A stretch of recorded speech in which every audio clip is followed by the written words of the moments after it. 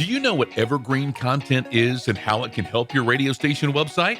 Well, that's what we're talking about today. Let's do it. This is Better Radio Websites, the podcast for radio professionals who want to see their website generate more traffic and revenue. Each week, your host, Jim Sherwood, and his special guests give you time-tested tips and secret tricks to ensure your radio station dominates digital in your market. Here we go. Hi, it's Jim, and welcome to Better Radio Websites, the podcast that wants to help you get more visitors and the most revenue from your radio station website. It doesn't matter if you have a service that you work with or if you do it completely DIY. And if you are a DIYer, yeehaw! Salute to you. Well, today we're talking about evergreen content. Very powerful tool in building traffic, earning links, and improving rankings over time. You've probably seen a lot of this content already and didn't know that it was quote-unquote evergreen content. But if you want to create a successful website, it definitely should be a part of your content strategy. So what is evergreen content? Well, the term evergreen comes from the world of plants. It describes those plants that don't lose their leaves when the seasons change. They stay green all year round. Well, that's also what evergreen content is. Content pieces that continue to be relevant long past their publication date, regardless of what's happening in the world, what time of year it is, that sort of thing. While all content stays around, the evergreen variety stays on top of the search engine results for months, years, and sometimes even decades. That's right. Now, how do they do that? Well, these articles revolve around topics that people are always interested in, like vacation hotspots, how to train your dog, recipes, weight loss advice, that kind of stuff. It doesn't matter what time of year it is. Somebody is interested in those kinds of topics. Non-evergreen topics would be considered like, local or celebrity news, seasonal or holiday content, the latest iPhone release, the latest viral video, that sort of thing. All right. So basically, evergreen topics will be perpetually important, while non-evergreen topics, well, they come and go. They only have a temporary significance, and they'll eventually go away. Now, a well-running radio station website will need to have lots of relevant content to keep bringing in visitors day after day, like local and artist news, events. An article gets a lot of attention one day, but it could be completely out of date a couple days or a week or a month later. That makes it much harder to build sustainable traffic, but it's something that we just have to do in this business. Now, if you don't continuously publish new stuff, well, the stream of visitors is going to taper off, and then you're going to be wondering eventually, why do I have this radio station website when there's no visitors coming to it? On the other hand, you'll write a piece of evergreen content once, and it will continue to bring traffic without you really having to do much of anything. Now, can you fill a website full of evergreen traffic? Yes, but not for your radio station. Your radio station talks about relevant today news day in and day out, which I hope it does. So you need to kind of convey that on your radio station website as well. So if you do have evergreen content, you write it once and it will continually bring traffic without you having to do a whole lot of updates. Sure, you may have to update it here and there with new information as things come out and things change, but the bulk of the article will probably always stay relevant and helpful to readers who will continue to look for those things, share them, and link back to it.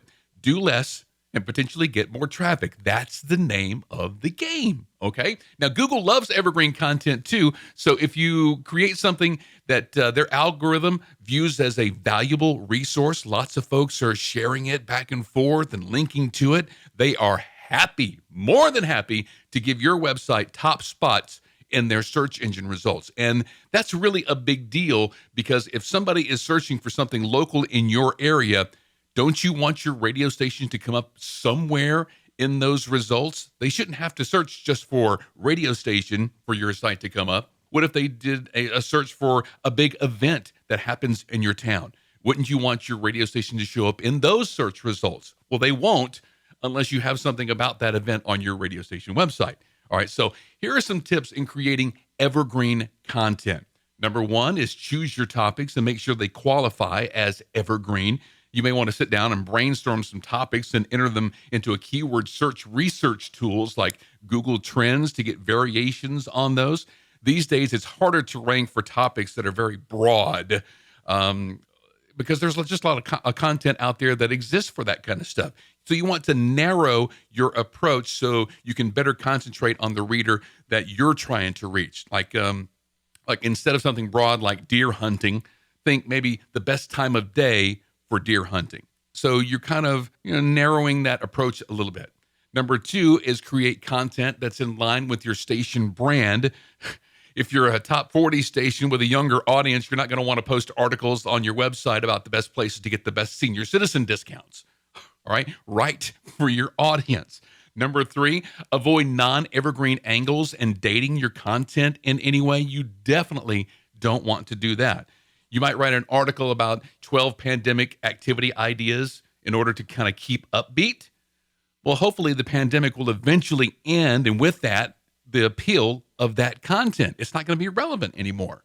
Also, never mention references that would date your content in any way, like the Trump administration announced last week this or that, or putting a month or year in the title. You definitely don't want to do that anyway, because even in WordPress, whenever you type out in the title, like the best so-and-so of 2019, that 2019 actually becomes a part of the permalink. So even if you went back later and changed the title, you'd have to change the permalink also, and then you get into these SEO ramifications, and it's just not good. So try to leave out the dates in your evergreen content. You can still keep the dates in your posts that you actually do that are not evergreen. Number 4 is update your content occasionally if necessary. It's just inevitable. Some of your evergreen articles may include stats or studies that might become obsolete or irrelevant in the future. Check your articles occasionally and verify if they should need updates. Some folks will actually reach out to you and say, hey, this thing doesn't exist anymore. You may want to take it off your list. Just be sure to check these over time and make sure they're always current. Now, here are some types of evergreen content that you may want to consider for your websites. Number 1 is tutorial and how-to guides. This is actually the main type of perennial content. Certainly, you've seen articles out there about how to do this or picking the perfect this or that. You've seen those. So that is evergreen content. Doesn't matter what time of year or what time of the season, folks are out there searching for this kinds of content, and that's why it's coming up. So some ideas would be like how to find the best Airbnb deals in your particular town, how chefs pick the best vegetables, picking the perfect pet for your new family, those kinds of how-to things. Number 2 is problem solving. You can go to places on ask.com or Google Answers and do a keyword search for your town and your area there and actually pick out some questions that folks are just asking and then write an article answering whatever that question is. Like solved, navigating new roundabout intersections with ease.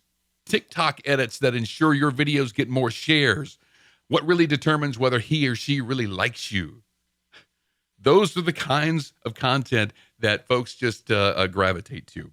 Number 3 is list. Now, certainly you've seen some of these pop up in Google search results, whether you like lists or not. There's lots of data out there that proves that lists type articles perform better than anything. There was a study of headline preferences, and numbered headlines came out on top, way on top, like 70% more than the next item, like 5 questions you must ask during your next test drive.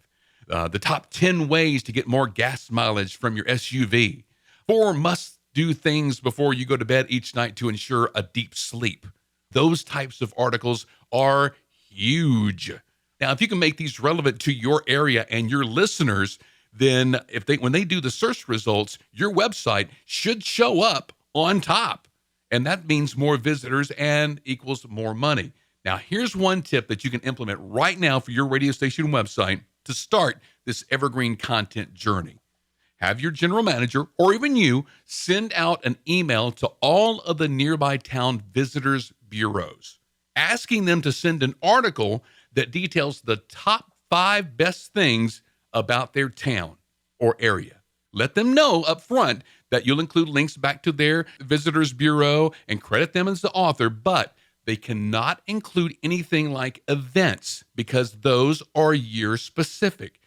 You want them to have content in that article that your listeners would find relevant no matter what time of year it is. Now, this may be a stretch for some places, but a good visitors bureau will probably have this stuff already in their package, and they just need to take out their Christmas parade and their fall festival and their spring fling or whatever. But then create an article that has all this information about all these towns around your area. And so when somebody does a keyword search for, top 5 best things to do in your town, your radio station website has a potential to show up in those search results. Now, all of these ideas that I've been giving you here are for your radio station website, really targeting your listeners. Now, you could fill a group or market type website with evergreen content that targets your advertisers. Now, I'm talking about not a radio station website. I'm talking about a website that advertises your complete business. If you have multiple stations, if you go to markettheme.net, you'll see what a market type website looks like. And this is a website that it's not for listeners, it's just for advertisers. And you can fill one of these websites with this kind of stuff, like 5 things to ask your radio advertising rep about next time you talk to them. How to craft the best radio ad. How to craft evergreen content for your website. That sounds familiar. Well, I hope that you can see that evergreen content has the ability to consistently bring in traffic over long periods of time. Now, it takes some more thinking and preparation to figure out, sure, but in the long run, the work that you need to put in results in better performance and less maintenance over time. You're actually crafting something that's going to last a lot longer than the dog found at the corner of so-and-so. Here's the information. So now that you know what goes into crafting evergreen content, now it's just a matter of putting it into practice. Go out and make it a part of your content strategy. And let us know how that works for you, okay? We'd love to hear about it. Just hit up the contact page at skyrocketradio.com. That's all. Have a great, awesome week making your radio station website better. We'll see you next time. Thanks for listening to Better Radio Websites. Inspired by today's episode? Be sure you are subscribed and share this episode with a friend. Visit skyrocketradio.com/podcasts for more episodes as well as show notes for this episode. Need help starting or making your station website better? Visit skyrocketradio.com.